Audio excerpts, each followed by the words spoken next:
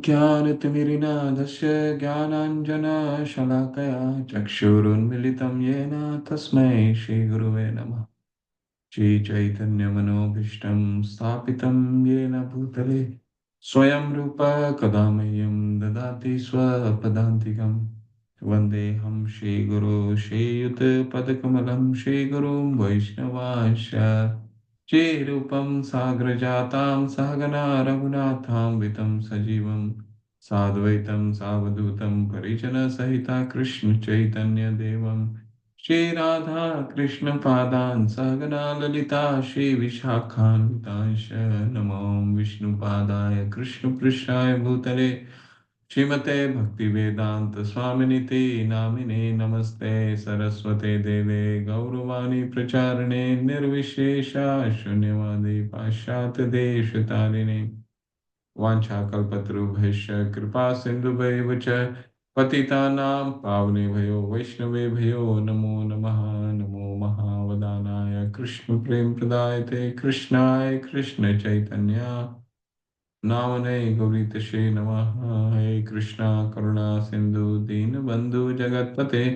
गोपेश गोपिका कांत राधा कांत नमस्तुते। ताप्त कांचन गौरांगी राधे वृंदावनेश्वरी वृषभानुसुते देवी प्रणमामि हरिप्रिये। जय हो श्री कृष्ण चैतन्य प्रभु नित्यानंदा श्री अद्वैत गदाधर शिवासादि गौर भक्तवृंदा। हरे कृष्णा कृष्ण कृष्ण हरे हरे हरे राम राम राम हरे हरे। हरे कृष्णा कृष्ण कृष्ण हरे हरे हरे राम राम राम हरे हरे। हरे कृष्णा कृष्ण कृष्ण हरे हरे हरे राम राम राम हरे हरे। हरे कृष्णा। आप सभी लोगों का हार्दिक अभिनंदन है। आज हम अपने पहले श्लोका रिसाइट कर लेते हैं। कृष्णा। आप में से 4 जन हाथ रेस करें जो श्लोका रिसाइट करना चाहते हैं। जिन्होंने पिछली बार नहीं किया था वो मेरे साथ रिसाइट कर सकते हैं। सभी को श्लोका स्मरण हो जाने चाहिए जब तक ये हमारा ग्रंथ संपन्न होता है। हरे कृष्णा।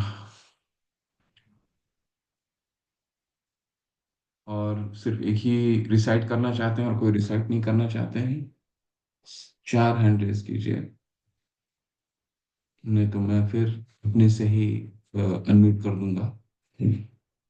4 हैंड रेस कीजिए जो रिसाइट करना चाहते हैं, जिन्होंने जो पढ़ के आए हैं। हेमंतराज प्रभु। और कौन है? नयन पांडा। 9। और कौन है? 4 हैंड रेस कीजिए। चलिए अमरेंद्र प्रभु, आप मेरे साथ रिसाइट कीजिए। पहले मैं रिसाइट करूंगा फिर आप रिसाइट कीजिए। ठीक है, सुन लीजिए पहले। ओम पूर्णमदः पूर्णमिदं पूर्णात् पूर्णमुदच्यते पूर्णस्य पूर्णमादाय पूर्णमेवावशिष्यते। करिए। ओम पूर्णमदः पूर्णमिदं पूर्णात् पूर्णमुदच्यते पूर्णस्य पूर्णमादाय पूर्णमेवावशिष्यते। ठीक है। हेमंत प्रभु आप रिसाइट कीजिए प्रभु ये पहला श्लोक। ओम पूर्णमदः पूर्णमिदं पूर्णात् पूर्णमुदच्यते पूर्णस्य पूर्णमादाय पूर्णमेवावशिष्यते। हरे कृष्णा। हरे कृष्ण। नैना पांडा मत आप रिसाइट कीजिए पहले। हरे कृष्ण प्रभु जी।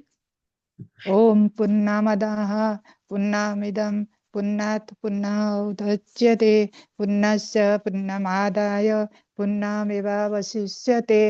हरे कृष्ण। हरे कृष्ण। हरे कृष्ण। अमृता माता आप रिसाइट कीजिए। हरे कृष्ण। ओम हरे कृष्ण। पूर्णमदः पूर्णमिदं पूर्णात् पूर्णमुदच्यते पूर्णस्य पूर्णमादाय पूर्णमेवावशिष्यते। हरे कृष्ण। बहुत सुंदर। ठीक है। श्लोक संख्या 2। ईशावास्यमिदं सर्वं यत्किंचन जगत्यां जगत् तेन तक्तेन भुंजिता माम ग्रधा कश्य शिवधनम। भूपेंद्र भूपेंद्र सुगंधी, हरे कृष्णा। अनम्यूट कीजिए प्रभु। भूपेंद्र सुगंधी, अनम्यूट कीजिए।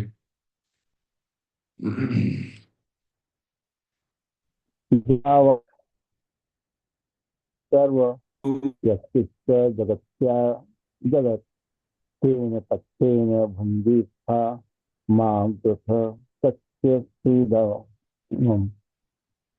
मेरे साथ कीजिए प्रभु। ईशावास्यमिदं सर्वम, बोलिए।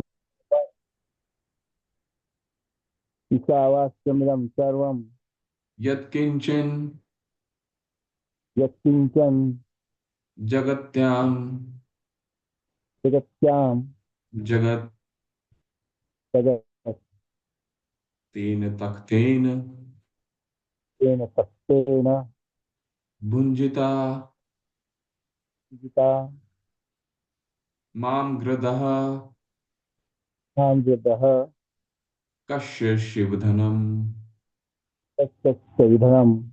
हरे कृष्ण, बहुत सुंदर, बहुत सुंदर। ठीक है। अमरेंद्र प्रभु, आप उच्चारण कीजिए दूसरा श्लोक। जी प्रभु जी। ईशावास्यमिदं सर्वं यत्किञ्चिन् जगत्यां जगत् तेन त्यक्तेन भुञ्जीता मा गृधः कस्वित् धनम्। हरि बोल, बहुत सुंदर, बहुत सुंदर। नैना पांडा माता, आप कीजिए दूसरा श्लोक का उच्चारण। हरे कृष्ण प्रभु। ईशावास्यमिदं सर्वं यत्किञ्च जगतां जगत् जगत् तेन त्यक्तेन भुञ्जीथा मा गृधं कस्यचित् धनम्। हरे कृष्ण। हरे हरे। अमृता माता, आप अनम्यूट करके इसको रिसाइट कीजिए सेकंड श्लोका को। ईशावास्यमिदं सर्वं यत्किञ्च जगत्यां जगत् तेन तत्तेन भुञ्जीथा मा गृधः कस्य स्विधनम्। हरे कृष्ण। हरि बोल, हरे कृष्ण, हरे कृष्ण, बहुत सुंदर। ठीक है। अगली बार आप लोग अभी जिन्होंने आज किया है वो कल नहीं करेंगे। आप लोगों रिसाइट करके आइए, कल दूसरे 4 लोग करेंगे। ठीक है, सबको ये श्लोक आ जाने चाहिए। श्लोक संख्या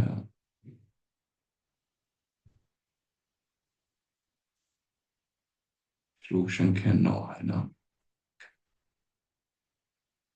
हरे कृष्णा कृष्ण कृष्ण हरे हरे, हरे राम राम राम हरे हरे।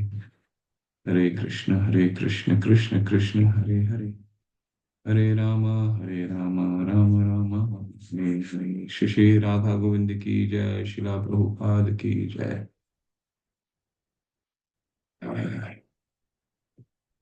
तो हमने अभी अभी तक हमने क्या क्या किया है। हमने ईश सिद्धांत पढ़े हैं। ईश सिद्धांत के बाद हमने क्या पढ़ा है। ईश सिद्धांत को पालन करने से हमें क्या प्राप्त होता है। ईश सिद्धांत पालन करने से क्या होता है। जिजी विषेत स्वतम समा, कुर्वन्ने ही कर्माणि जिजी विषेत स्वतम समा, न अन्यथे न अन्यथे तो अस्ति। यानी कि जो इस सिद्धांत को पालन करता है, जिसका श्लोक हमने उच्चारण किया, वो कुर्वन्नेह कर्माणि जिजी विषेत शतम क्षमा, वो सैकड़ों वर्ष तक जीने की अभिलाषा रख सकता है। ठीक है। न अन्यथे तो अस्ति, इसके अलावा कोई उपाय नहीं है। न अन्यथे तो अस्ति, कर्म न लिप्यते नरः, और उसके बाद अलावा कोई उपाय नहीं है, क्योंकि ऐसे करने से कोई कर्म के बंधन में नहीं फंसेगा। ऐसा करके ईशोपनिषद का दूसरा मंत्र बताता है। जो ईश सिद्धांत का पालन नहीं करता उसके लिए क्या कहा गया है। आसुरिया नाम ते लोका। ठीक है, आशुरिया नाम ते लोका। वो आसुरिया नाम मतलब जहां पे आसुर लोग रहते हैं, वैसे जगह में असुरिया नाम ते लोका अंधम अंधम अभिगच्छति, यानी कि वो अंधेरा रूपी आसुर का जो लोक होता है वहां जाता है वो। तस्म प्रेत अभिगच्छति, वहां पर वो उसकी प्रवेश होता है। तेषाम तान्या हम प्रेत अभिगच्छति ये के चात्मनो हो जना, तीसरा मंत्र बताता है। चात्मनो हो जना का क्या मतलब है? जो अपना आत्मा का हनन करता है, जो ईश सिद्धांत का पालन नहीं करता है, ठीक है, वो अपने आत्मा का हनन करता है, ठीक है, और वो आसुर के लोक में जाता है। इसके बाद हमने क्या पढ़ा? फिर हमने महाभागवतों के चरित्र के बारे में पढ़ा। उत्तम भक्त कौन होते हैं, कनिष्ठ भक्त कौन होते हैं, और मध्यम अधिकारी कौन होते हैं। उत्तम, इसके बाद क्या पढ़ा हमने? उत्तम अधिकारी किस तरह से लोगों को देखते हैं। और अंत में क्या हमने पढ़ा? पिछले सत्र में क्या पढ़ा? पिछले सत्र में हमने पढ़ा कि भगवान को किस नजर से देखते हैं। सपर्यागा शुक्रम कायम अवर्णम, भगवान को कैसे वो देखते हैं? सपर्यागा, स मतलब होता है वो महाभागवत, स का मतलब होता है, आठवां मंत्र पढ़िएगा, बहुत सुंदर श्लोक है। हो सकता है ये आपके ये दो श्लोक जो हैं वो आपको मेमोराइजेशन श्लोक हैं, आपको याद रखने वाले हैं, लेकिन ये श्लोक जो आठवां मंत्र है वो भगवान के बारे में महाभागवत किस तरह वर्णन करते हैं वो बताया गया है। तो वो बहुत सुंदर है, और उसको भी अच्छे से आप पढ़िएगा, उसको स्मरण करने की कोशिश कीजिए। क्या है, क्या कहा जाता है? सह प्रयागात शुक्रम कायम वर्णम, भगवान के बारे में कहते हैं सह मतलब कि वो महाभागवत जो लोग हैं वो कैसे देखते हैं? प्रयागात शुक्रम, शुक्रम भगवान को कहा जाता है महाशक्तिमान सर्वव्यापी। शुक्रम का मतलब है शुक्र, जो सर्वव्यापी। शुक्रम कायम, अकायम का मतलब है जो शरीर नहीं है, जिनका शरीर नहीं है। तो क्या मतलब है? भगवान निर्विशेषवादी है? नहीं, भगवान का शरीर और आत्मा एक है, उसको कहा जाता है अकायम, ठीक है। अकायम अवर्णम, ठीक है, अकायम अवर्णम। अवर्णम का क्या मतलब? कि भगवान के शरीर में कोई किसी तरह का इंजुरी का मार्क नहीं है, किसी तरह का कट नहीं है, किसी का तरह का स्किन में दाग नहीं है। अवर्णम अश्नाविरम, अश्नाविरम का मतलब होता है जिनके नसें नहीं है। भगवान के शरीर और आत्मा में भेद नहीं है, तो उनका कोई भौतिक शरीर नहीं है कि जिसमें नस हो, उसमें खून चल रहा हो। कान अशुक्रम, ठीक है, शुक्रम अकायम अवर्णम अश्नाविरम, अश्नाविरम उनके सांस नहीं है, उनके नसें नहीं है। अश्नाविरम शुद्धम, शुद्ध है उनके शरीर और उनके आत्मा में कोई भेद नहीं है। इसलिए जो अंश विग्रह है भगवान का इतना सत्य रूप है, भगवान इतने शुद्ध हैं कि अपने अर्च विग्रह को भी वो अपने अर्च विग्रह के रूप में भी प्रतिरूप होते हैं, ठीक है। शुद्धम अपाप विद्धम, भगवान के शरीर से, भगवान में किसी तरह का पाप नहीं है, अविद्धम, ठीक है। तो भगवान के बारे में इस तरह से वर्णन करते हैं। सब पर्यागात शुक्रम अकायम वर्णम वैष्णाविरम शुद्धम अपाप विद्धम, कबीर मनीषी परिभू स्वयंभू यथार्थ हयो तो अर्थान शास्ति भया समाभया, हर जगह व्याप्त है, ऐसे करके महाभागवत बताते हैं। अब ये ईशोपनिषद बहुत ही इंटरेस्टिंग मोड़ ले रहा है। क्या इंटरेस्टिंग है, क्या अभी मोड़ लेने वाला है? अभी एक बहुत ही मुख्य दो विषय पे चर्चा होने वाली है। अगले जो चार श्लोक हैं वो हमारे व्यवहारिक श्लोक बहुत हैं। क्या श्लोक में आने वाला है? विद्या किसको कहा जाता है और अविद्या किसको कहा जाता है, ठीक है, वो उसके बारे में हम पढ़ेंगे आज, आज के श्लोक में। विद्या कौन सा है, अविद्या क्या है हमारे। और कल के श्लोक में हम पढ़ेंगे क्या, अगर जो अविद्या है, अविद्या का क्या मतलब? जो विद्या नहीं है, जिसको हमें नहीं पढ़ना चाहिए, तो हमारे जीवन में उसका कोई मूल्य है कि नहीं अविद्या का, वो हम कल देखेंगे, ठीक है। तो आज बहुत सुंदर है, इसलिए ध्यान पूर्वक इसको सुनिए।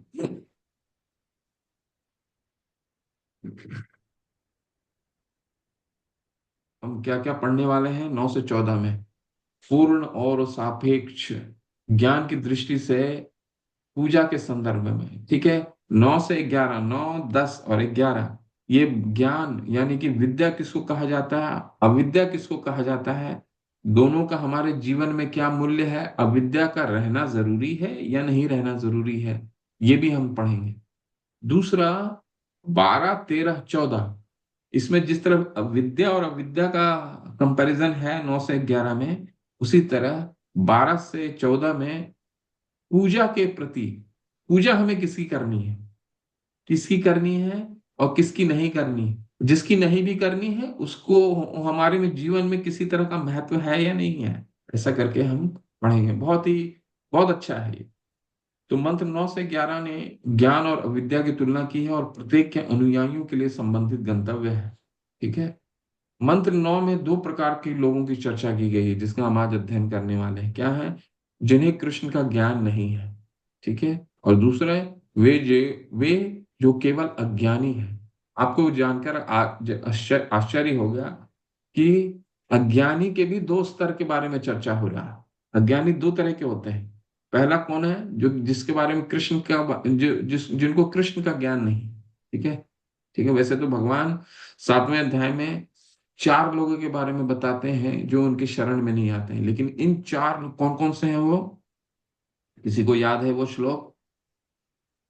7वें अध्याय में वो कौन सा श्लोक है जिसमें भगवान कहते हैं कि मेरे ये 4 लोग जो हैं मेरे शरण में नहीं आते, मैं इनकी शरण ग्रहण नहीं करता। किसी को स्मरण है तो हैंड रेस करके बोल सकते हैं। हैंड रेस करके बोलिए। विमला ब्रजरानी माता, हरी हरी, बताइए। कृष्ण बाबू जी, श्लोक याद नहीं है, पर बोलते हैं ना कि नराधम, नास्तिक, आसुरी बुद्धि वाले और चौथा क्या होता है, मूर्ख लोग, वो लोग भगवान की शरण में नहीं आते। हरी हरी माता। ये दो 4 लोग हैं। मूढ़, ठीक है, नराधम, माया अपृत ज्ञान और आसुरम भावमाश्रिता, आसुर लोग। ठीक है। ये 4 लोग भगवान के शरण ग्रहण नहीं करते हैं। ईशोपनिषद इन चारों को 2 में इकट्ठा कर रहा है। ठीक है। भगवान ने 4 में बताया कि 4 लोग हैं, लेकिन ईशोपनिषद सिर्फ 2 लोगों में है। एक वो जो केवल कृष्ण के ज्ञान नहीं है, और दूसरे वो जो केवल अज्ञानी है और जो भौतिक विद्वता के अनुयायी हैं, वे इसे अंत ज्ञान मानते हैं। हम पढ़ेंगे, डिटेल में पढ़ेंगे विस्तार से। दोनों प्रकार के लोग भगवान के स्वामित्व की अवहेलना करते हैं और परिणाम स्वरूप अज्ञान के सबसे अंधेरे क्षेत्रों में अवक्रमित हो जाते हैं। मंत्र 9 में अज्ञान और मिथ्या ज्ञान की खेती के परिणामों का वर्णन किया है। तो 2 तरह के अज्ञान है। ठीक है। 4 तरह के नामाम, उस 7वें अध्याय का वो श्लोक का है, नमाम दुष्कृतनो मूढ़ा। दुष्कृतनो वो होते हैं जो भगवान की शरण नहीं ग्रहण करते, और सुकृतन वो होते हैं जो भगवान के शरण ग्रहण करते हैं। नमाम दुष्कृतनो मूढ़ा प्रपदन्ते नराधमा माया प्रत ज्ञान असुरम भावमाश्रिता। मूढ़, नराधम, माया प्रत ज्ञान और असुर। ठीक है। तो इन चारों को अब 2 कैटेगरी में ईशोपनिषद लेकर के आता है। वो कौन से हैं? चलिए मेरे साथ उच्चारण कीजिए इसको। बहुत सुंदर श्लोक है। अंधम तमा प्रविशन्ति ये अविद्याम उपासते तो भूय इव ततो भूय इव ते तमो ये यु विद्यायाम रता। 2 तरह के लोगों के बारे में चर्चा हो रही है। क्या है? अंधम तमः प्रविशन्ति, ये विद्याम उपासते, जो अविद्या की उपासना करता है। ततो भूय इव ते तमो ये यु विद्यायाम रता। यहां अविद्या और विद्यायाम, ये 2 तरह के विद्या का चर्चा है। क्या क्या है ये दोनों चीज? ये दोनों में क्या फर्क है, भेद क्या है? तो शब्दार्थ है अंधम यानी निपट अज्ञान, तमह अंधेरा, प्रविशन्ति प्रवेश करते हैं, ये यानी जो अविद्या की उपासते पूजा करते हैं, ततः उसे भूय और अधिक, इव सदृश, ते यानी वे, तम अंधकार, ये यानी जो, उ यानी भी, विद्यायाम यानी ज्ञान के अनुशीलन में, रता यानी लगे हुए। देखिए 2 तरह के क्या अविद्या है। जो लोग अविद्यापूर्ण कार्यकलापों के अनुशीलन में लगे हुए हैं, वे अज्ञान के गहनतम क्षेत्र में प्रवेश करते हैं। इनसे भी निकृष्ट वे हैं जो तथाकथित ज्ञान के अनुशीलन में लगे हुए हैं। ठीक है। ज्ञान ले रहे हैं, माया अपृत ज्ञान। एक तो वो हो गया। बाकी के जो 3 कैटेगरी हैं, मूढ़, नराधम और असुर, ये तीनों को भगवान ने ईशोपनिषद में एक कैटेगरी में ला गया। क्या है वो? जो कार्यकलापों के अनुशीलन में लगे हुए हैं। तो हमें समझने में ज्यादा देर नहीं करनी चाहिए कि ये कौन लोग हो सकते हैं। तीसरा मंत्र तो हमें बता चुका है वो कौन लोग हैं जो इस सिद्धांत का पालन नहीं करते। आसूर्य नाम ते लोका अंधम तमा प्रविशन्ति, अंधेरे क्षेत्र में जाते हैं, वही ये मंत्र भी बता रहा है। परंतु ये मंत्र और विस्तार से बता रहा है कि वो कौन से जो ईश सिद्धांत के पालन नहीं करने वाले हैं, वो कौन से दो लोग हैं। आपको ये जान करके बहुत ही आश्चर्य होगा कि 99% लोग विश्व में इसी में हैं। इसको हम डिटेल में आज पढ़ते हैं। शिक्षा की तथाकथित उन्नति की ओर निर्देशित एक ईश्वर विहीन सभ्यता उस सभ्यता से अधिक खतरनाक है जिसमें लोगों की जनता कम शिक्षित है। हाँ, तो यहाँ पे क्या चर्चा हो रही है? यहाँ पे दो तरह की बात हो रही है। ये यु विद्यायाम रता, यहाँ पे शिला प्रभुपाद हमें समझाने की कोशिश कर रहे हैं कि वो व्यक्ति जो माया अपृत ज्ञाना है, 7वें अध्याय के 17वें, जो निपट मूर्ख है, ये देखिए, जो मनुष्य में अधम है, जिनका नाम माया द्वारा हर लिया गया है, और तथा जो असुरों के नास्तिक प्रकृति को धारण करने वाला, ऐसे दुष्ट मेरे शरण ग्रहण नहीं करते। ठीक है, तो कहने का तात्पर्य क्या है? दो लोगों का यहाँ पे दो लोगों के प्रति चर्चा है। एक जो ज्यादा पढ़े लिखे नहीं है, ठीक है, ज्यादा पढ़े लिखे नहीं है, लेकिन उनका क्या जीवन का उद्देश्य है? कर्म करो, फल की कर्म आप कर्म करो, कर्म से ही कर्म मीमांसक। ठीक है, एक वैसे तो शास्त्रों में इसका भी उल्लेख आता है। ठीक है, उसको मीमांसक बोला जाता है। जो कहते हैं उनका मान सिर्फ सकाम कर्म में लिप्त रहते हैं। ठीक है, अरे भगवान क्या करना है, भगवान से अपना काम करो, और जितना तुम काम कर सकते हो। ठीक है, नराधम, नराधम जो कैटेगरी है, एक तो वो कैटेगरी है, दूसरा है माया प्रत ज्ञान, यानी कि एक तो है शिक्षा की तथाकथित उन्नति की ओर निर्देशित एक ईश्वर विहीन सभ्यता। ईश्वर विहीन सभ्यता का क्या मतलब है? जो चार चार खंभों में खड़ी रहती है, ईश्वर विहीन सभ्यता। चार खंभे क्या है? मदपान करना, व्यभिचारिणी यानी कि अपने विवाह से बाहर के शारीरिक संबंध, जो हमारे चार नियम है उनका उल्लंघन।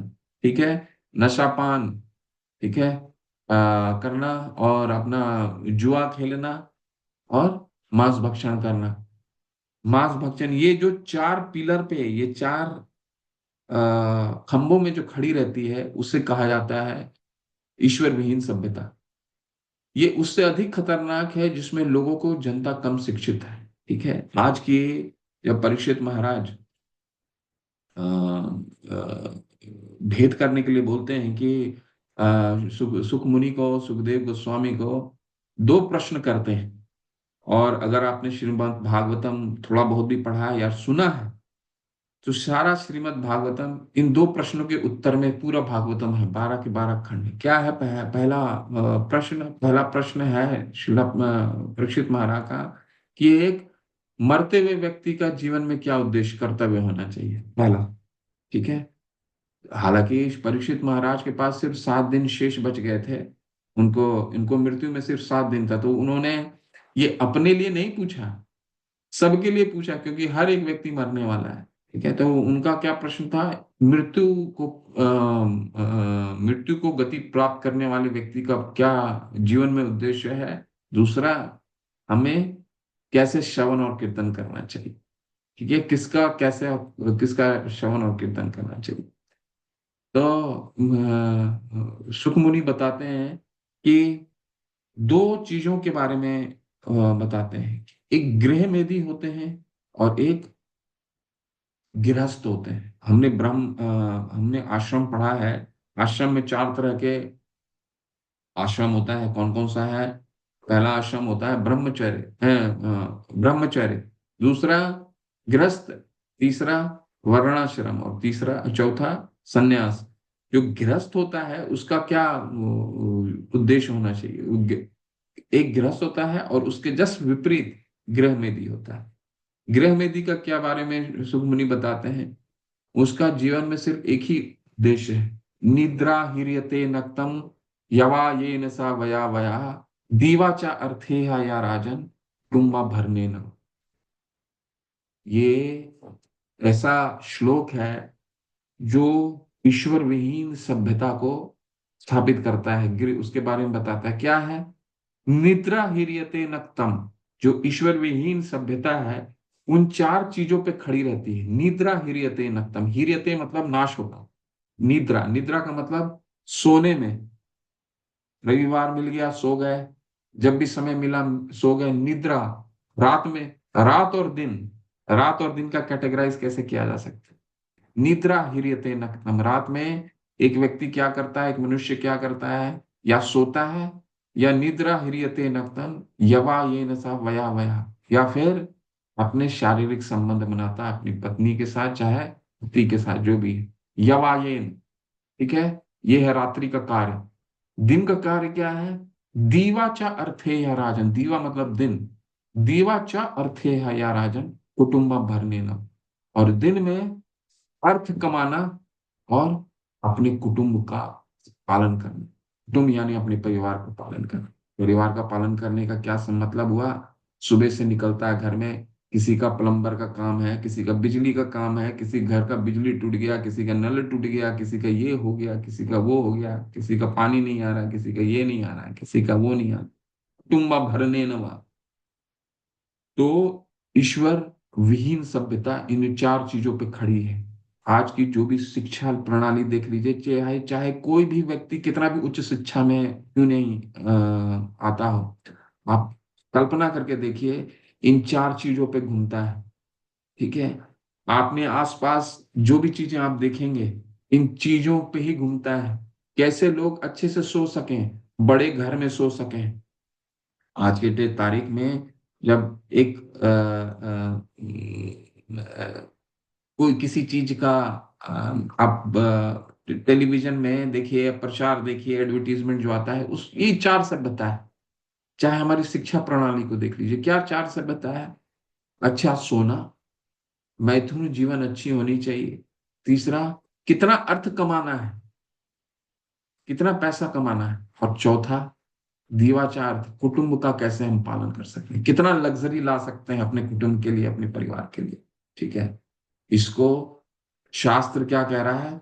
इस सभ्यता को निष्कासित कर रहा है। जो पूरी सभ्यता जो आज चल रही है, आप अच्छे से अच्छे इंस्टीट्यूशन चले जाइए, एकेडमिक इंस्टीट्यूट भी चले जाइए, उसमें से उस शिक्षा का प्रणाली का क्या अंत है कि लोग पूछते हैं कि आपके बच्चे को कितना, कितने सैलरी का नौकरी लगा।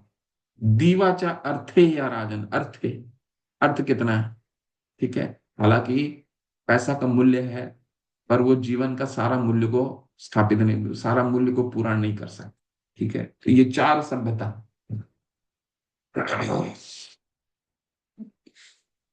को एक उसका दृश्य देखते हैं, एक उदाहरण देखते हैं। एक ईश्वर विहीन लोग द्वारा सीखने की उन्नति एक कोबरा के हुड पर मूल्यवान रत्न के रूप में खतरनाक है। बेशकीमती गहनों से सजा हुआ नाग न सजाए हुए नाग से ज्यादा खतरनाक होता है। शिक्षा को ईश्वर केंद्रित होना चाहिए, इसीलिए आपको बिना कोबरा के गहना मिलता है।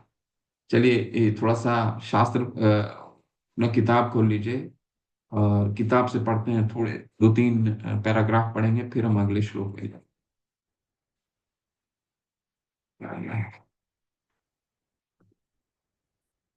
हरे कृष्ण कृष्ण कृष्ण हरे हरे, हरे राम हरे हरे, हरे कृष्ण कृष्ण कृष्ण हरे हरे, हरे राम राम हरे, हरे कृष्ण कृष्ण कृष्ण हरे हरे, हरे राम राम राम हरे हरे, हरे कृष्ण कृष्ण कृष्ण हरे हरे, हरे राम राम राम हरे।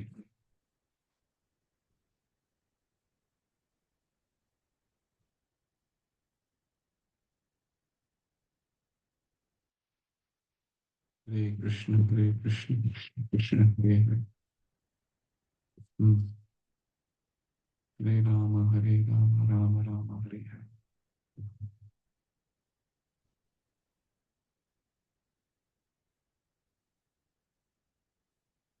चलिए थोड़ा सा किताब पढ़िए। अभी मैं से हैंड रेस करके कि जो पढ़ना चाहते हैं पढ़िए। बहुत इंपॉर्टेंट सिद्धांत है, ये हमें समझना जरूरी है। देखिए आज हम अभी अभी क्या अध्ययन कर रहे हैं। दो ऐसे लोगों के बारे में अध्ययन कर रहे हैं जो अविद्या, अविद्या किसको कहा जाता है, अविद्या शास्त्र क्या बता रहे हैं। दो तरह की अविद्या है। भगवत गीता में भगवान ने बता दिया है, चार लोग मेरे शरण ग्रहण नहीं करते हैं। मूर्ख, नराधम, नराधम में कौन है, 99% लोग, जिसको शिला प्रभुपाद यहाँ पे दोबारा बताएंगे। देखिए 99, देखिए, ठीक है। इससे यहाँ से पढ़िए। लेकिन अभी हम ईशोपनिषद ने ये चार को दो कैटेगरी में कर दिया है, ठीक है। एक वो है जो कम पढ़े लिखे हैं, सुबह से शाम सिर्फ कर्म के पीछे भाग रहे हैं, ठीक है। और दूसरा जिसके बारे में हम ईश्वर विहीन सभ्यता, जिसके बारे में हमने अभी चर्चा किया। दूसरा कैटेगरी अभी हम चर्चा नहीं किए, ठीक है। वो कौन है, वो ज्ञानी लोग हैं। ये यु विद्या याम रता, जो ज्ञान में अनुशीलन है, वो कह रहे हैं, ईशोपनिषद कह रहा है वो उनसे ज्यादा खतरनाक है।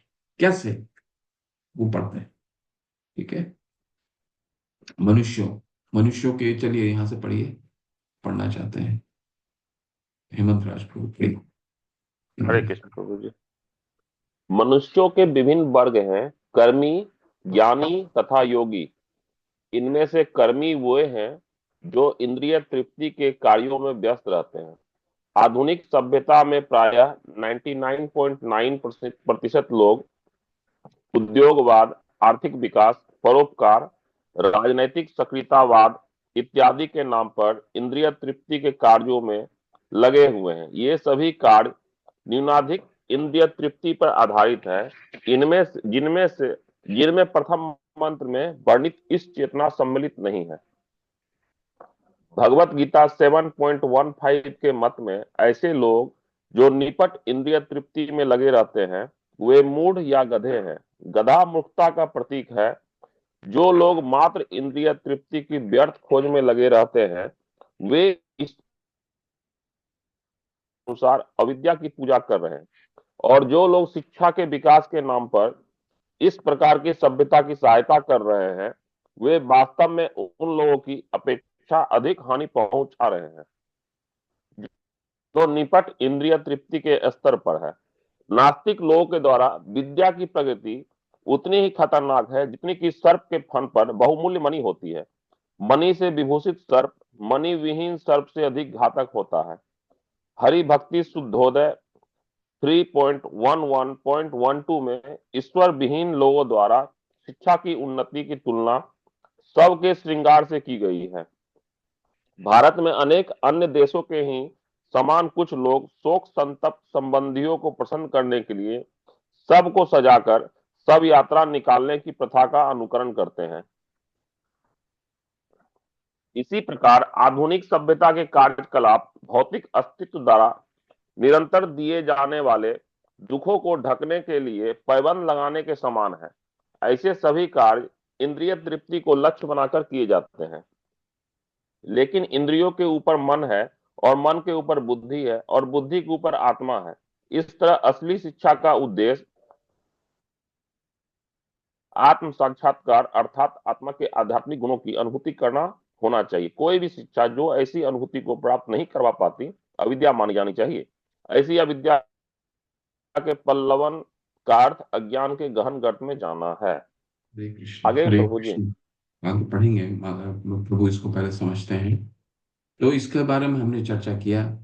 और अभी यहाँ पे हमने दो लोगों के बारे में हम लोग पढ़ा। एक तो वो है जो, जिसके बारे में हमने चर्चा कर ली है। अभी इसके अलावा वो लोग हैं जो इंद्रिय तृप्ति के व्यर्थ खोज में लगे, इंद्रिय तृप्ति में लगे मूढ़ या एक तो वो हो गया। दूसरा, जो लोग शिक्षा के विकास के नाम पर इस प्रकार की सभ्यता की सहायता कर रहे हैं वे वास्तव में उन लोगों की अपेक्षा अधिक हानि पहुंचा रहे हैं जो निपट इंद्रिय तृप्ति के पद पर आसीन हैं। फिर कुछ ऐसे लोग हैं जो बहुत ही ज्ञानी लोग हैं, शिक्षित लोग हैं, और उनका कार्य क्या होता है, उनका कार्य होता है कि ये निपट भौतिकतावादी जो लोग हैं, इनको अपने अपने संसाधन, अपनी शिक्षा के अनुसार, शिक्षा से इनको और इंद्रभोग की वस्तु प्रदान करना। ठीक है। उदाहरण के तौर पर अब कुछ भी अपने आसपास देख लीजिए, आसपास देख लीजिए कि हमारे जैसे मोबाइल है। अब मोबाइल है, हर दिन हर समय एक नया मोबाइल में नई तरह की टेक्नोलॉजी विकसित हो रही है, नई तरह का टेक्नोलॉजी। लेकिन वो टेक्नोलॉजी क्या करने के प्रयास कर रहा है?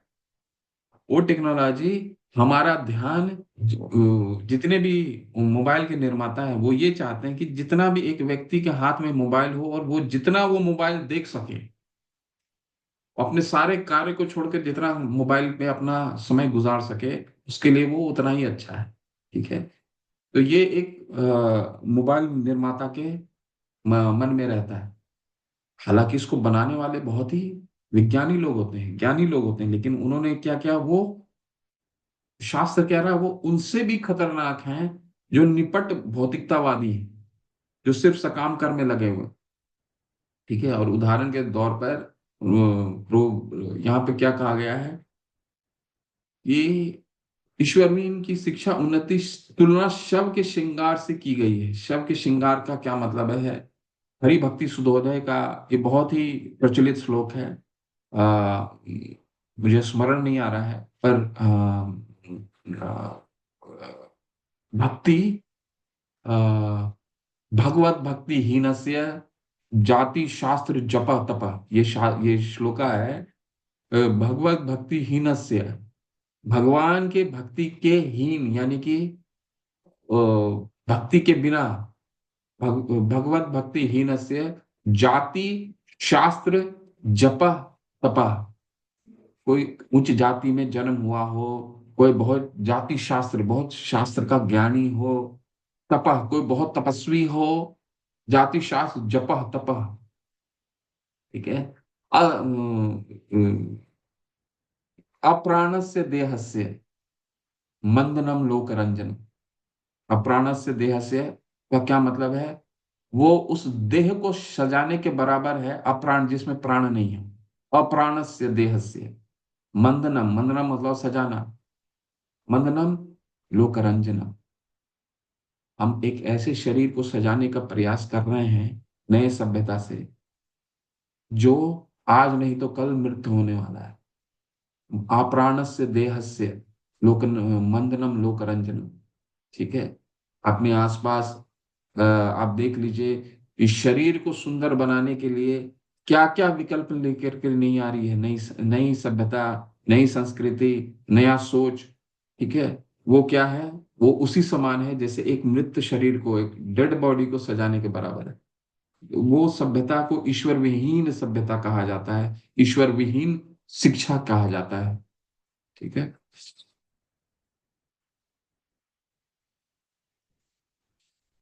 अब हम सेकंड कैटेगरी पे जो हमने थोड़ा सा चर्चा किया है, और दूसरा और इस पे हम विस्तार से चर्चा करते हैं, इसके बाद हम अगले मंत्र में जाएंगे। ये कोई पढ़िए। ये सेकंड कैटेगरी यानी कि जो शिक्षित लोग हैं, ये मंत्र शिक्षित लोग को उससे भी खतरनाक क्यों कहा जाता है? ये देखिए, पढ़िए अमरिंदर प्रभु, पढ़िए। हरे कृष्ण प्रभु जी, दंडवत प्रणाम।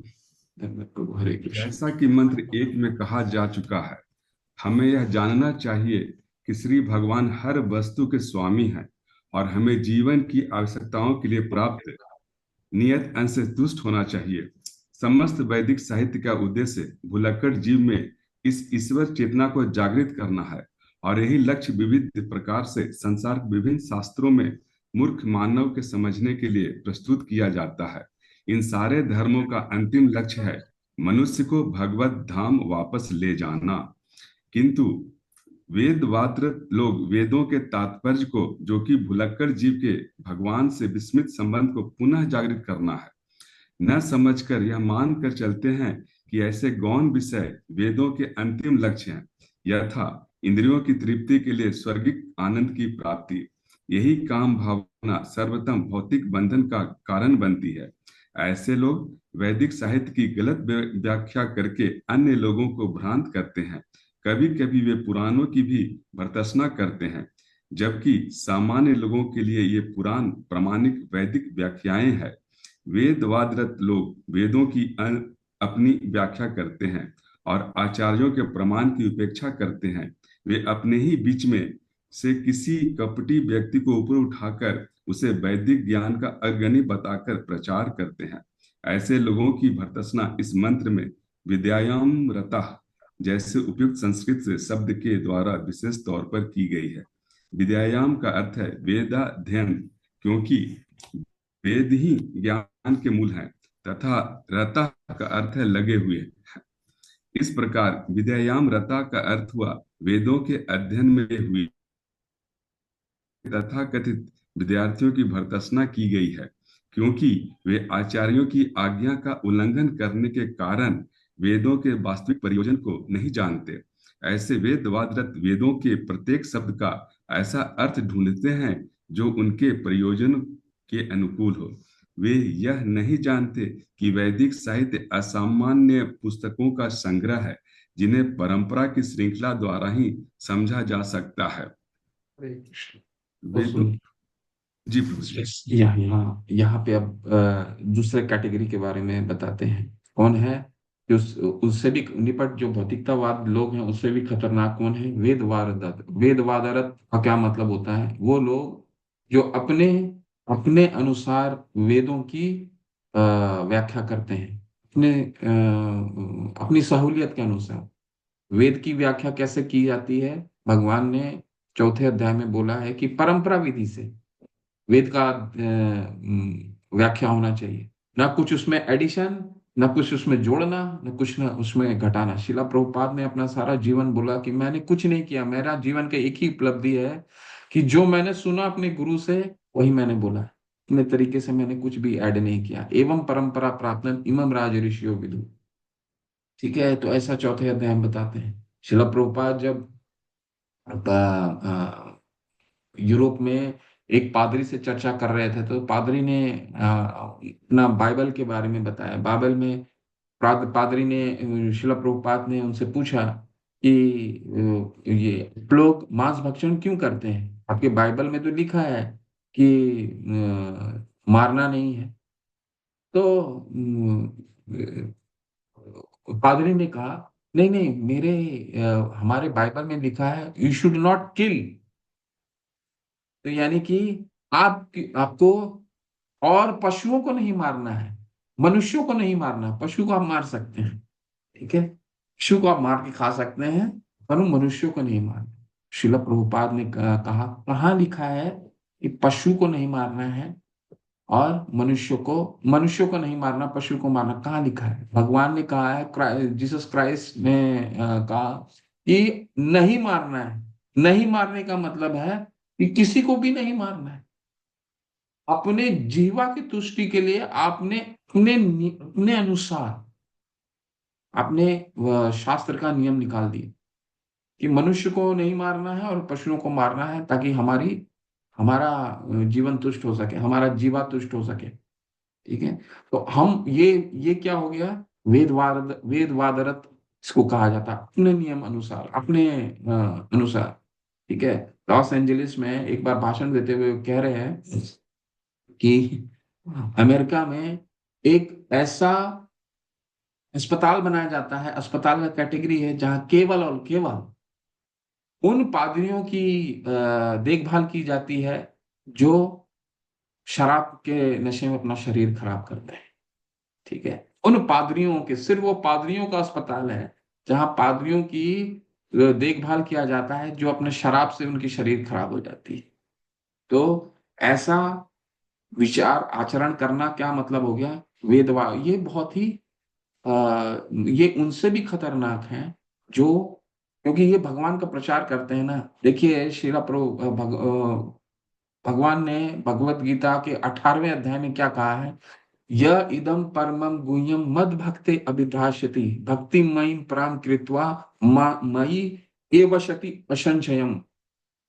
यह इदम परमम गुह्यम, ये मेरे जो भगवान मेरे उपदेश को, यह इदम परमम गुह्यम, गुह्य उपदेश को, मद भक्ते अभिधाष्यति, जो बोलता है, जो बताता है, मद भक्ते अभिधाष्यति, भक्ति महिम पराम कृत्वा, ये सबसे सर्वश्रेष्ठ है, ऐसा भगवान बताते हैं। यानी कि प्रीचिंग को सर्वश्रेष्ठ बताया गया है। प्रीचिंग में वो हर चीज आ जाता है। केवल ये मत समझिए कि प्रीचिंग में जो भगवान को बोल रहा है, भगवान की वाणी को बोल रहा है, वही सबसे सर्वश्रेष्ठ है। शिल प्रभुपाद ने पूरे संस्था में सिर्फ एक सेवा, सारा सेवाओं में एक ही सेवा बताया। क्या सेवा है? प्रीचिंग। प्रीचिंग में क्या क्या आ जाता है? वो सारे कार्य जो एक अभक्त को भगवान से जोड़ते हैं, ठीक है, उसमें वो सारा कार्य आ जाता है।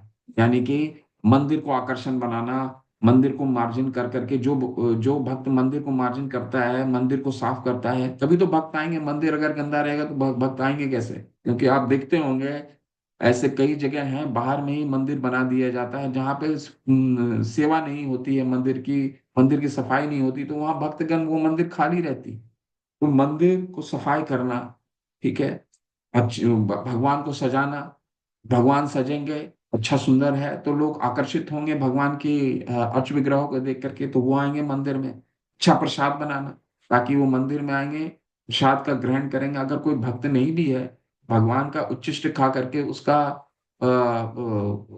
उसकी शुद्धि हो सकती है। आज नहीं तो कल वो भगवान का बारे में सुनना भी पसंद करेगा। तो ये सारा प्रीचिंग का कार्य है, जो भक्त एक एक नॉन डिवोटी को मंदिर की तरफ लेके आता है, भगवान के वाणी को सुनने के लिए करता है। सिर्फ बोलता है, जो उसके बारे में नहीं कहा गया है मत भक्त अभिधाषिति, नहीं, वो सारे लोग हैं, ठीक है, जो एक एक नॉन डिवोटी को लेकर के आते हैं, वो सब सब प्रीचिंग का कार्य है। भगवान की सेवा करना, डीटी वर्शिप, डीटी को सजाना, प्रसाद बनाना, मंदिर को सफाई करना, ठीक है। तो ये सर्वश्रेष्ठ कार्य है, भगवान कहते हैं। लेकिन अगर उस सर्वश्रेष्ठ कार्य को कोई अपनी व्याख्या से अगर बताता है, तो ईशोपनिषद उसका सबसे बड़ा खंडन करता है। वो सबसे खतरनाक व्यक्ति है, क्योंकि वो भगवान के ही शब्द को तोड़ करके बता रहा है, ठीक है। तो ये मंत्र बता रहा है। इसको कहा जाता है माया अपरहित ज्ञान, ठीक है। ये महाप्रीत ज्ञान है, जो शास्त्रों के शब्दों को तोड़ मोड़ करके बताते हैं, अपने अपने सहूलियत से, अपने जीवन शैली के अनुसार, जैसे हमने आपको अभी समझाया। इसी को अब हम दूसरे श्लोक में जल्दी से पढ़ लेते हैं।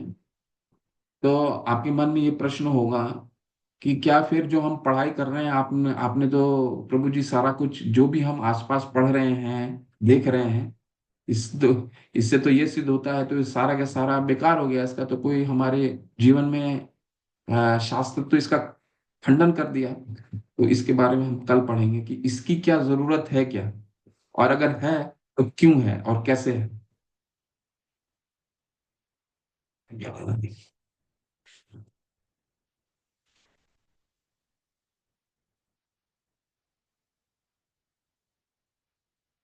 ये छोटा सा मंत्र है।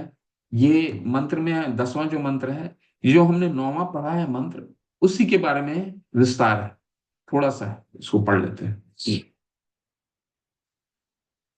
अन्नत अन्यत एव अन्नत देवा विद्या अन्नत अन्यत देवाहु विद्यायाम आदुर आदुर आदुहुर्विद्या इति शुशुंधीराणाम ये नस्तद विशिक्षरे। मनुष्यों ने बताया कि ज्ञान के विकास से एक फल प्राप्त होता है, जबकि अज्ञान के विकास से दूसरा ही फल प्राप्त होता है। ठीक है, तो ये इस श्लोक को पढ़ना है तो आपको 13वां अध्याय, भगवत गीता का 13वां अध्याय, भगवत गीता का 13वां अध्याय में अर्जुन 6 प्रश्न पूछते हैं, ठीक है। 6 प्रश्न में एक प्रश्न होता है ज्ञान और ज्ञेय, यानी कि भगवान को किसको हमें जानना है, वो ज्ञेय हो गया। और उस भगवान को जानने के लिए हमें क्या योग्यता चाहिए, क्या योग्यता होनी चाहिए, उसको ज्ञान कहा जाता है। तो असली ज्ञान क्या है वो समझ लीजिए। अभी तक तो हमने ये पढ़ लिया कि भाई अविद्या क्या है, अविद्या पढ़ लिया। ये दो तरह की अविद्या होती हैं। एक तो जो केवल भौतिकतावादी में गृहत्वृत्ता नाम में लगा हुआ है। शिला प्रहलाद महाराज कहते हैं जब उनके पिता हिरण्यकशिपु पूछते हैं, जब वो शिक्षा ग्रहण करके आते हैं तो पूछते हैं, ये तुमने शिक्षा कहाँ से ग्रहण करी, विष्णु पूजा वैष्णव की शिक्षा ग्रहण ग्रहण कहाँ से की? उनको तो मैंने क्या कुछ सीखने के लिए भेजा था, राजनीति सीखने के लिए भेजा था, छल कपट सीखने के लिए भेजा था, तो और तुमने ये क्या शिक्षा ग्रहण की? तो प्रहलाद महाराज बोलते हैं कि आप कभी भी भगवान को नहीं समझ पाएंगे, वो अविद्या है। उसका किस तरह से उन्हें परिभाषा किया? उन्होंने परिभाषा किया कि मतिन्न कृष्णा परतो स्वतो वा, मतिन्न कृष्णा परतो स्वतो वा, मिथो विपद्ये गृहत्वृतानाम, गृहत्वृतानाम।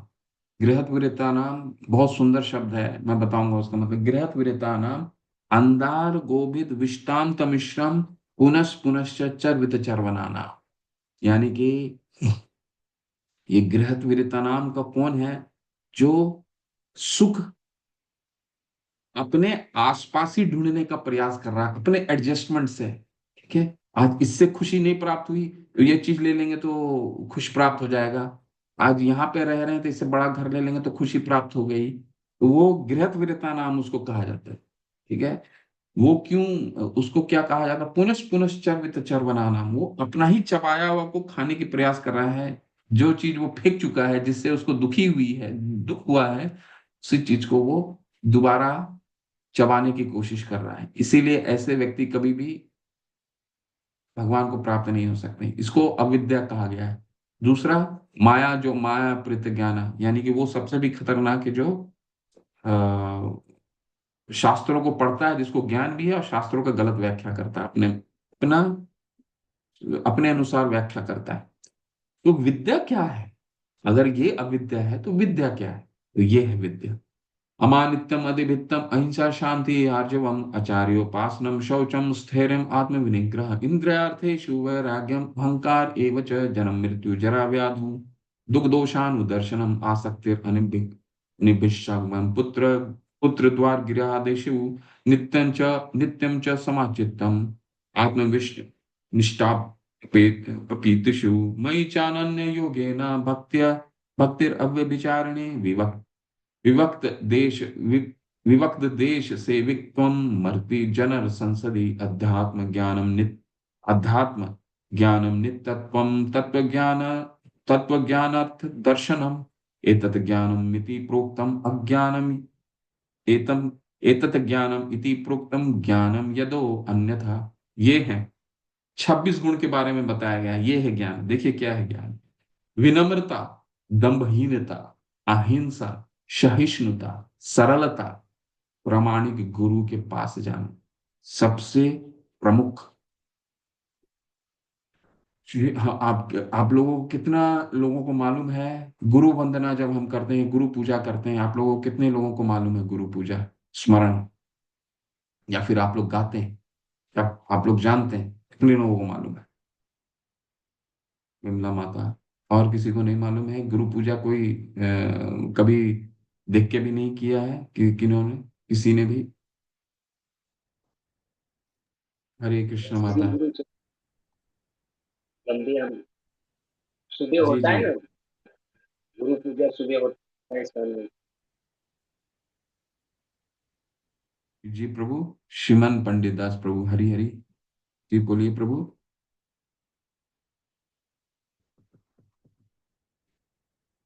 अच्छा चलिए, विमला माता आप पहला पहला अगर स्मरण है पहला गाइए। हरे कृष्ण। हाँ। श्री गुरु चरण पद्मा केवलावकति सद्मा बंधु मुनि सावधाना माते प्रसादी बाई एवं तोरियाई कृष्ण प्राप्ति गोरिया पूरिते गुरुमुख बस पद्मा। मत है, बस मत। हरे कृष्ण, बहुत सुंदर, मतलब बहुत सुंदर गाया आपने। गुरु मुख पद्मा वाक्य, श्री गुरु चरण, क्या था? दोबारा गाइए पहला श्री गुरु सेंटेंस। चरण, श्री गुरु चरण पद्मा केवल केवल भगति। भक्ति सदमा, श्री गुरु चरण पद्मा केवल भक्ति सदमा, वंदे मुई सावधाना माते, यहाँ प्रसादे भाई, ए भाव तरिया आई, कृष्ण प्राप्ति होए यहाँ होए ते।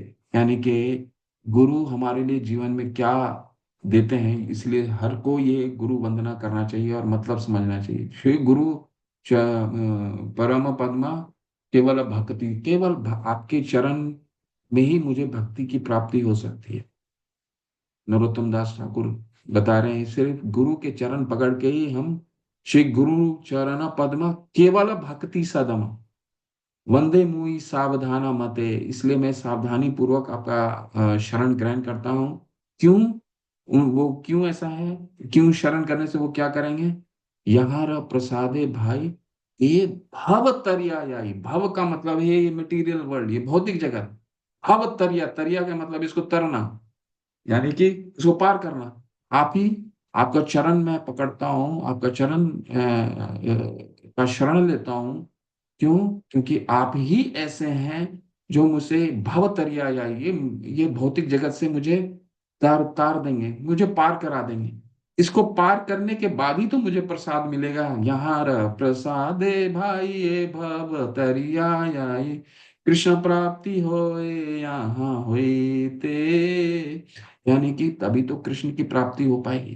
तो गुरु हमारे लिए कितना, हमारे लिए जीवन का कितना महत्वपूर्ण है, हम अकेले कभी कर ही नहीं सकते, हमें गुरु के शरण पकड़ना पड़ेगा। इसीलिए प्रामाणिक गुरु के पास जाना, प्रामाणिक गुरु के पास जाएंगे तो हमारे आचार्य बताते हैं तभी हम इस भव को तर जाएंगे, और इस भव को तरेंगे तभी कृष्ण रूपी प्रसाद हमें प्राप्त हो पाएंगे।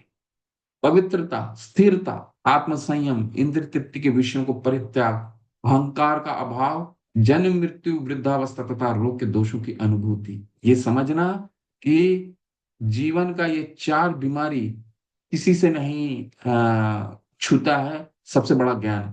जन्म मृत्यु जरा व्याधि दुख दोषानुदर्शनम, ये हमें दुख देंगे ही, चाहे कोई कितने, किसी के पास कितना भी पैसा हो, दोबारा जन्म उसका होगा ही।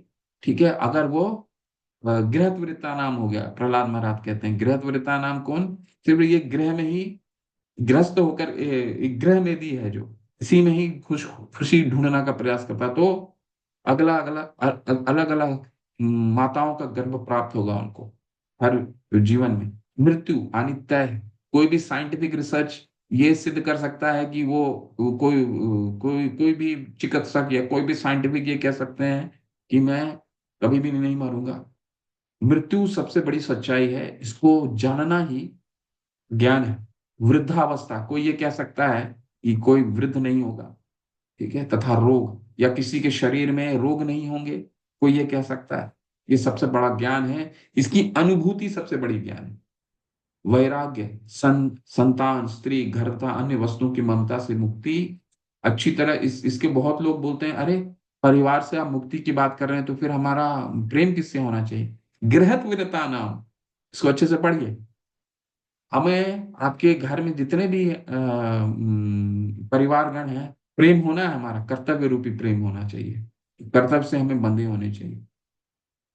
अच्छी तथा बुरी घटनाओं के प्रति संभाव, मेरे प्रति निरंतर अनन्य भक्ति, एकांत स्थान में रहने की इच्छा, जन समूह से विलगाव, आत्म साक्षात की महत्ता के स्वीकारना तथा परम सत्य की दार्शनिक खोज, इन सबको मैं ज्ञान घोषित करता हूं, और इसके अतिरिक्त जो भी है वो अज्ञान है, ऐसा भगवान बताते हैं। यही विद्या है, ठीक है। और अभी हमने अविद्या पढ़ लिया। विद्या का ये विस्तार से चर्चा आप 26 गुणों का 13वें अध्याय में पढ़िए, 8 से लेकर के 12, ठीक है, जिसके बारे में, जिसको हम जानेंगे तब गए तक पहुंच सकते हैं। अर्जुन के 6 प्रश्न है ना, कि 6 प्रश्न में ये 2 प्रश्न है, गे क्या होते हैं, ज्ञान क्या होता है। गे यानी कि जीवन को जानने का उद्देश्य क्या है, और ज्ञान मतलब उस जानने के लिए हमें क्या योग्यता चाहिए? कोई कंपटीशन में पास करने के लिए योग्यता चाहिए ना। किसी को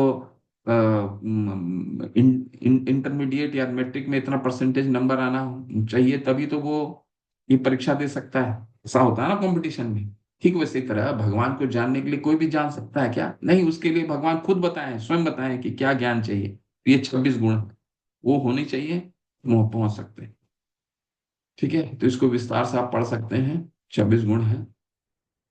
एक वैज्ञानिक या दार्शनिक बनना चाहिए और आध्यात्मिक ज्ञान में अनुसंधान करना चाहिए, मानते हुए कि आध्यात्मिक ज्ञान स्थायी है, जबकि भौतिक ज्ञान शरीर की मृत्यु के साथ समाप्त होता है। भक्ति विनोद ठाकुर कहते हैं, भौतिक ज्ञान के सभी रूप मायावी ऊर्जा के बाहरी लक्षण हैं। उन्हें विकसित करने में से व्यक्ति गधे में परिवर्तित हो जाता है। तो जो जो परीक्षा जो आप तस्वीर दे रहे हैं, देख रहे हैं, ये महाराज स्वरूप महाराज हैं। और डॉक्टर टी डी सिंह, ये पीएचडी साइंटिस्ट है केमिस्ट्री के, और शिला प्रभुपाद के डिसाइपल हैं। ठीक है, इन्होंने बहुत ही भगवत ज्ञान को साइंटिफिक रिसर्च से जोड़ करके बहुत सारी किताबें लिखी और पूरे विश्व में इसका प्रचार किया था। ठीक है, मणिपुर के रहने वाले थे। तो प्रभुपाद आधुनिक शिक्षा विश्वविद्यालय के संदर्भ में अविद्या की बात करते हैं। छात्रों को ब्रह्मचर्य में निर्देश नहीं दिए जाते हैं और उन्हें शास्त्रों के आदेश में कोई विश्वास नहीं है। धार्मिक सिद्धांतों को केवल नाम और प्रसिद्धि के लिए पढ़ाया जाता है, न कि व्यवहारिक कार्रवाई के लिए। ज्ञान की उन्नति से आधुनिक मनुष्य केवल गधे में परिवर्तित होते जा रहा है। तो हमने अभी कई उदाहरण से इसको देखा। ठीक है, हमारी सारी सभ्यता 4 चीजों में है। विद्या की शिक्षा एक बुद्धिमान शांत व्यक्ति से प्राप्त की जानी चाहिए। तो ये विद्या की एक्सपर्ट कौन है? तो हमने देख लिया, परिवार, हमारे गुरु। तो यहाँ पर श्रीला प्रभुपाद इसी कह रहे हैं, विद्या की शिक्षा एक बुद्धिमान शांत व्यक्ति से प्राप्त होनी चाहिए, जो पूरी तरह से आध्यात्मिक रूप से महसूस किया जाता है। ठीक है, जो अज्ञानता भौतिक भ्रम से विचलित नहीं होता है। अच्छा शिक्षक धीर होना चाहिए। तद्विद्धि प्रणिपातेन परिप्रश्नेन सेवया उपदेशन्ति ते ज्ञानम ज्ञानिना तत्वदर्शिना। जिनको तत्व का दर्शन है वही हमारा गुरु हो सकता है, और कोई नहीं। ठीक है, हरि हरि। शिला प्रभुपाद की जय। कल तो आपके मन में ये प्रश्न होगा, मन में प्रश्न आएगा, तो क्या हम जो कर रहे हैं वो हमारे लिए जीव उसका कोई मूल्य नहीं है?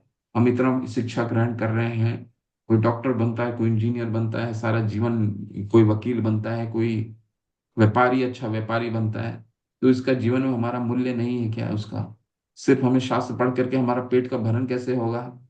ठीक है, ये मन में बहुत प्रश्न आता है। तो अगला जो कल श्लोक है वो बहुत इंटरेस्टिंग है। वो क्या है? हमें अविद्या को विद्या के साथ समन्वय कैसे करना है, वो हमें कल शिक्षा देगी ईशोपनिषद। बहुत सुंदर है। अविद्या, अभी हमने क्या पढ़ लिया? अविद्या क्या होता है? 2 तरह के लोग होते हैं, अंधम तमा प्रविशन्ति ये विद्याम उपासते तथा भूय इव ते तमो यो यो विद्यायामृता। जो कम पढ़े लिखे हैं, सिर्फ भौतिकतावाद है, वो उसकी उपासना करते हैं कि सकाम कर्म करो। दूसरा, ये यु विद्यायामृता, वो अविद्या है जो माया प्रीत ज्ञाना है, जो वेदों और शास्त्रों को बहुत पढ़े लिखे होते हैं लेकिन शास्त्रों का गलत मतलब निकालते हैं। विद्या के बारे में हमने पढ़ा कि विद्या क्या है, तो 13वें अध्याय में 12 से लेकर के 18 श्लोक तक अमानित्यम अद्वितीयम अहिंसा शांति आर्जवम ऐसा कर करके 26 भगवान ने 26 गुण बताए हैं। तो ये उसको ज्ञान के रूप में, विद्या के रूप में स्थापित किया गया है। अब कल के सत्र में हम ये समझने का प्रयास करेंगे कि हमारे लिए अविद्या को विद्या के साथ समन्वय होकर के कैसे देखना है, ताकि हम इन दोनों को मिला करके एक समन्वय में कर करके इसको भी भगवान के उद्देश्य में लगा सकते हैं। वो कैसे हो सकता है? ठीक है, हरे कृष्णा। शिला प्रभुपाद की जय। किसी का कोई प्रश्न है या कुछ ऐड करना चाहते हैं, जोड़ना चाहते हैं, पूछ सकते हैं। हरे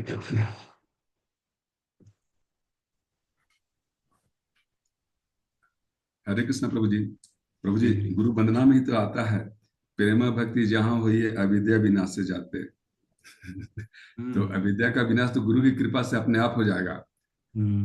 बिल्कुल। क्षमा भक्ति यहाँ थे, अविद्या विनाशा है थे। ठीक है। और वेदे गाय यहाँ चरित, यानी कि हाँ, सारे वेद शास्त्र भी यहाँ यही चलित कहते है। हैं। सारे शास्त्र भी यही कहते हैं। ये इसीलिए शिला प्रभुपाद बार बार बोलते हैं कि हमें कोई भी सिद्धांत स्थापित करने से पहले ये देखना है कि ये शास्त्रों में लिखा है कि नहीं। अपने अनुसार अगर हमने कह दिया कुछ भी चीज, तो वो क्या हो गया, वेदवादरत हो गया, जिसकी आज भर्त्सना की गई है। वेदवादरत, वेदवादरत नहीं होना चाहिए, यानी माया प्रतिज्ञान। अपने अनुसार हम कोई भी सिद्धांत स्थापित नहीं कर सकते।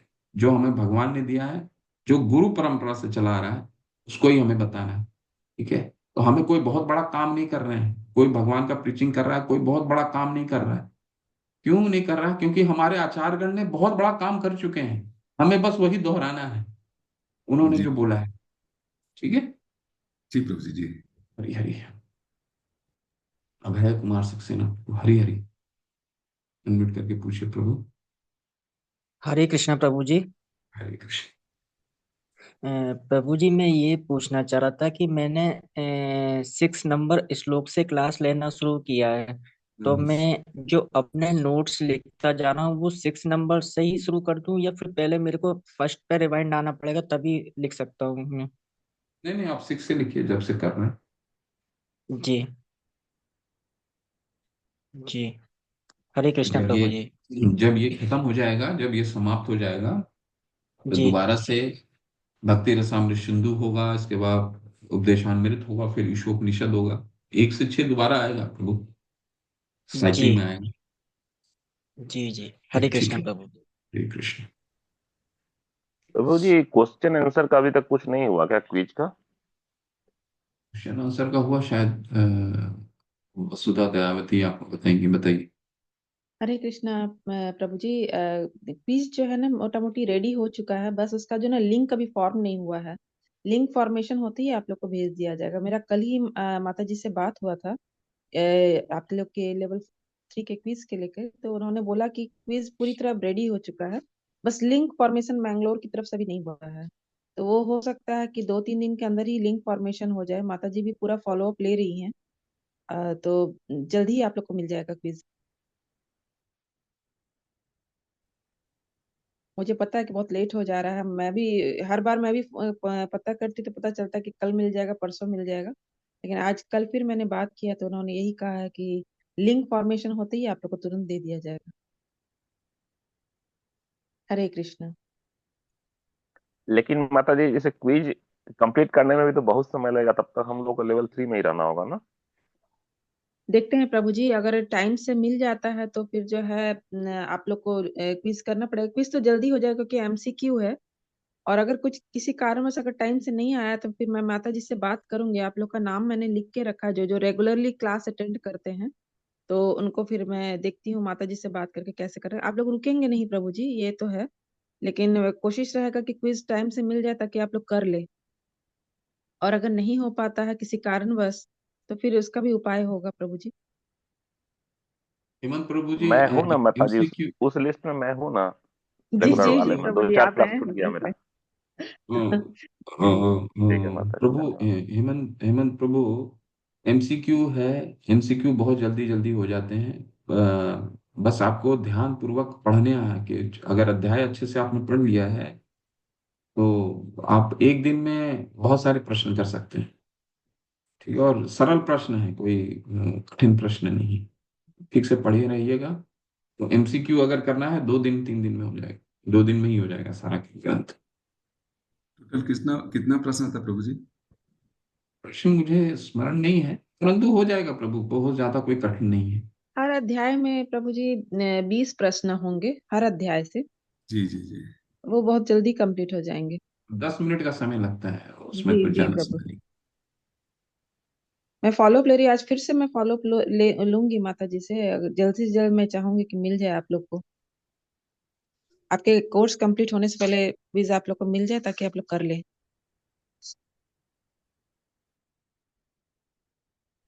हरे